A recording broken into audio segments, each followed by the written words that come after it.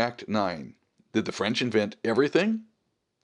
Our quest for international accord. We begin with the obvious. Édouard-Léon Scott de Martinville invented sound recording. Now this was not obvious before 2008, because at that time we had no proof. Sure, we knew that Scott conceived the idea of recording airborne sounds over time, and we knew this idea had been put into practice by Koenig and other instrument makers, but only after we located his own recordings, and only after we evoked interpretable sound from them, did we know for sure that Scott's traces were accurate enough to be called sound recordings. Now that we're certain he succeeded, our accolades go to Monsieur Scott of Paris. The French hold that Charles Cros anticipated Edison's idea of sound reproduction based on Cros's handwritten pli caché deposited with the French Academy of Sciences in April of 1877. This claim is true.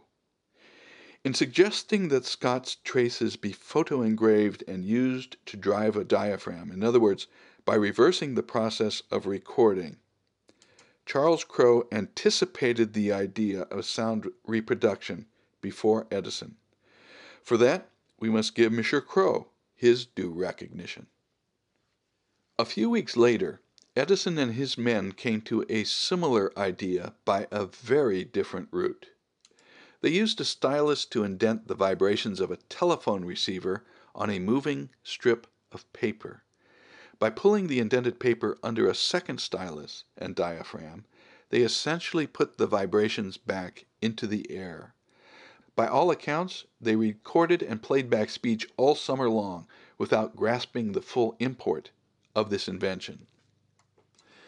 Early in the fall of 1877, during Edward Johnson's lectures about Edison's recent experiments, the marvel of capturing and reviving voices became manifestly evident to audiences and to the press, so much so that Johnson cut short his lecture tour, raced back to the lab, and encouraged the inventor to develop this idea, which Edison did. A month later, the iconic first phonograph was built.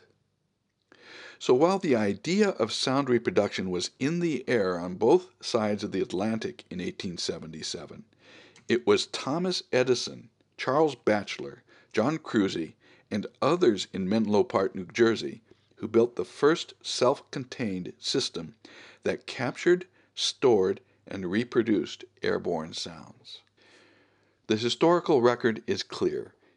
Each of these three men, Édouard-Léon Scott de Martinville, Charles Cros, and Thomas Edison, each conceived of something new, and each deserves credit and recognition.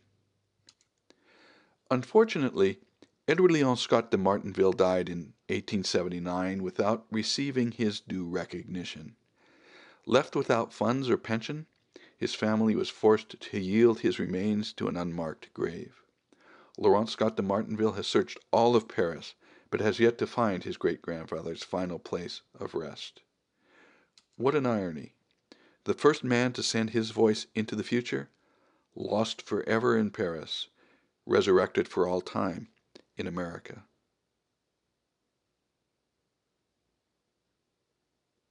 So that's the story of how First Sounds discovered and played back humanity's first recordings of its own voice. For more information, go to firstsounds.org. I'm David Giovannoni. Thanks for listening.